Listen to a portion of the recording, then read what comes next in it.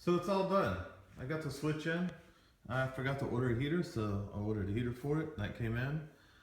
Works really, really well. The table setup is a little bit of a work in progress. If you look, I'm using a cross slide table. I'm not using it for milling, but just being able to move whatever I'm drilling back and forth and be able to get holes in very precise spots.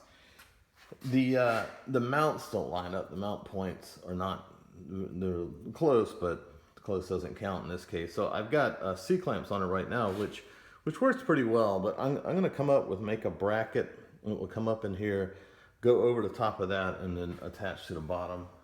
So clean that up a little bit. The T-slats, the bottom of this slot is 1 inch.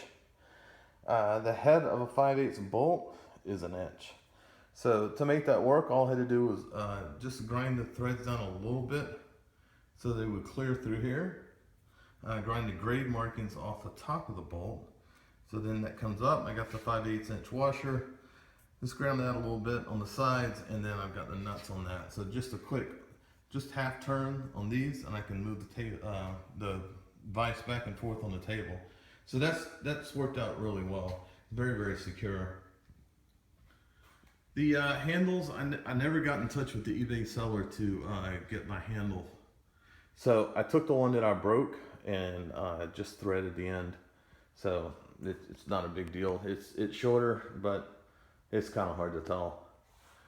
I've still got a little bit of playing around to do with it to understand what the different speeds are, what I need to be drilling with. All the Morse taper drills, I need to clean some of those off. Those need to be sharpened.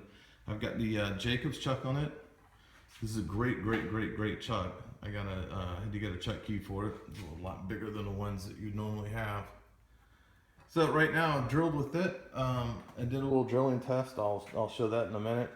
The difference between this drilling and my normal drill press is amazing. To some extent, that's because my little Delta drill press was a bench mount and not that big a deal.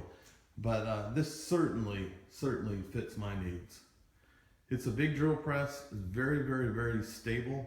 Putting things that weigh a lot on it, which was a real problem with the bench mount, is not a problem with this one. So I'm excited to use it, and it turned out really nice. So I've seen a video online where it's showing that this drill press is so smooth that you can run with a nickel there on the table with the drill press running. So I was looking to try that, and sure enough, that works. Now my question is can you drill with it? Going in.